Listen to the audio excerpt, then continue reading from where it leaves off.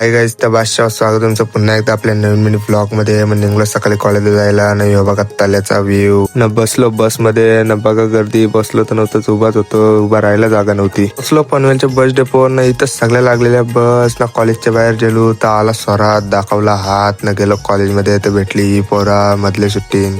न यो बाई बघा कॅन्टीन मध्ये एक वडापाव खायला की 500 बाटली घेतलेली.